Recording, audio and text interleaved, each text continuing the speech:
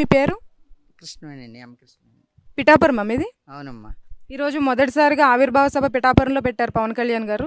So దాని గురించి మీరు ఏమనుకుంటున్నారు? చాలా బాగా జరుగుతుందని అనుకుంటున్నాను. ఎందుకంటే ఆయనకి అభిమానులు అందరూ చాలామంది ఉన్నారు.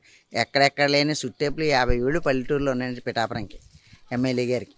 ఆ సుట్టేపులు 57 పల్లెటూరు జనం కూడా వచ్చేస్తారు. పై దేశాల నుంచి పై ఊరు నుంచి కూడా వచ్చేస్తారండి ఆయన మీద అభిమానం కొలది.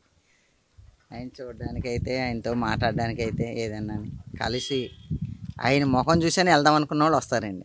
ఆయన పరిపాలన ఎలా ఉందనుకుంటున్నారు? ఆయన వచ్చిన దగ్గర నుంచి ఏమన్నా మీకు అభివృద్ధి కార్యక్రమాలు చేశారా? మోడల్ సిటీ చేస్తాను అని కూడా అన్నీ చెప్పారు కదా. ఇప్పుడు ఆయన వచ్చిన దగ్గర నుంచి మీరు ఏం ఫీల్ అవుతున్నారు?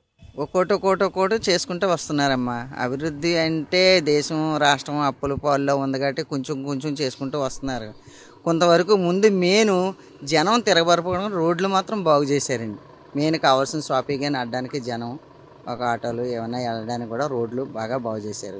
తర్వాత ముఖ్యంగా ఏంటంటండి, కూటమి ప్రభుత్వం చంద్రబాబు నాయుడు గారు వచ్చిన తర్వాత 4,000 రూపాయలు పెన్షన్ ఇచ్చారండి. మెయిన్ ఒక్క మనిషి బతికేయడానికి 4,000 రూపాయలు పెన్షన్ సరిపోద్దాం, ఎవరి మీద ఆధారపడక్కర్లేదు.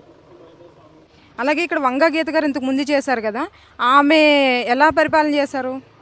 ఆవిడ పరిపాలన చేశారేంటండి, అంతగా ఇదిగోండి ఈ రోడ్లు గట్ట ఆవిడ ఇక్కడ ఈ గుడికాడ ఆవిడ ఏం చేయరు. ఇంకా ఉన్నది అంటూ మరి ఏం చేశారు లేదా మాకు తెలియదు. మాకు ఎంతసేపు వర్క్లే కదండి, ఆశా వర్కర్ నేను. మీరు ఆశా వర్కర్ అండి? అవునమ్మా. దాని గురించి మాట్లాడండి. అంటే ఇప్పుడు ఎంతమంది ఉన్నారు ఇక్కడ ఆశా వర్కర్లు? ఆశా వర్కర్ ఇక్కడ పిఠాపురానికి 14 మంది ఉన్నాం మేడం గారు. పాపులేషన్ అయితే 80,000 పాపులేషన్ మేడం గారు. ఈ 80,000 పాపులేషన్కి ఇంకొక 60 మంది ఆశా వర్కర్లు పడతారు మేడం గారు. కానీ 60 మంది కూడా వేయడం లేదండి. 4 ఎమ్మెల్యేలు మారారండి, ఎవరో కూడా పట్టించుకోవడం లేదండి. ఒక్కొక్కరు 3,000 పాపులేషన్ చూస్తున్నాం మేడం గారు.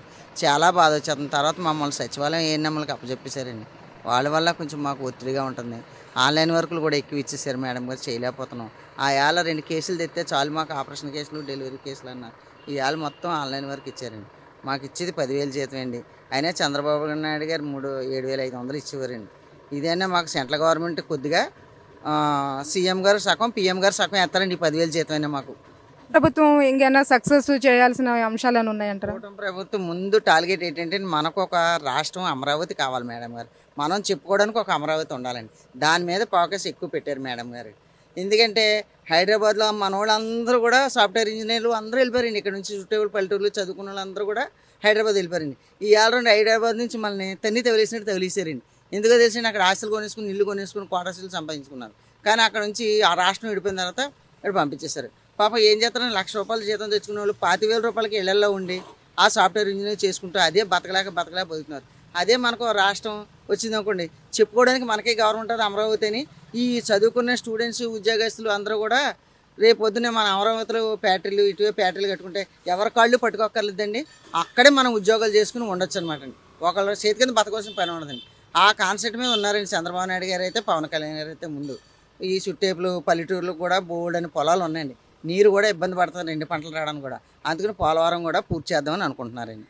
ఆ 2 మెయిన్ అనమాట అండి చేస్తున్నారు. నేను చెప్పానండి, పవన్ కళ్యాణ్ గారికి శుభాకాంక్షలు అండి. ఈ ప్రభుత్వం జనం అందరూ ఆయన చూడడానికి వస్తున్నారు. ఆయన ఎక్కడున్నా సరే చల్లగా ఉండాలి, 100 ఏళ్ళు ఆయనకి ఆవుసిచ్చి ప్రజలందరినీ చూడాలని, చంద్రబాబు నాయుడు గారు అయినా కలిపి చూడాలని మేము కోరుకుంటున్నాం.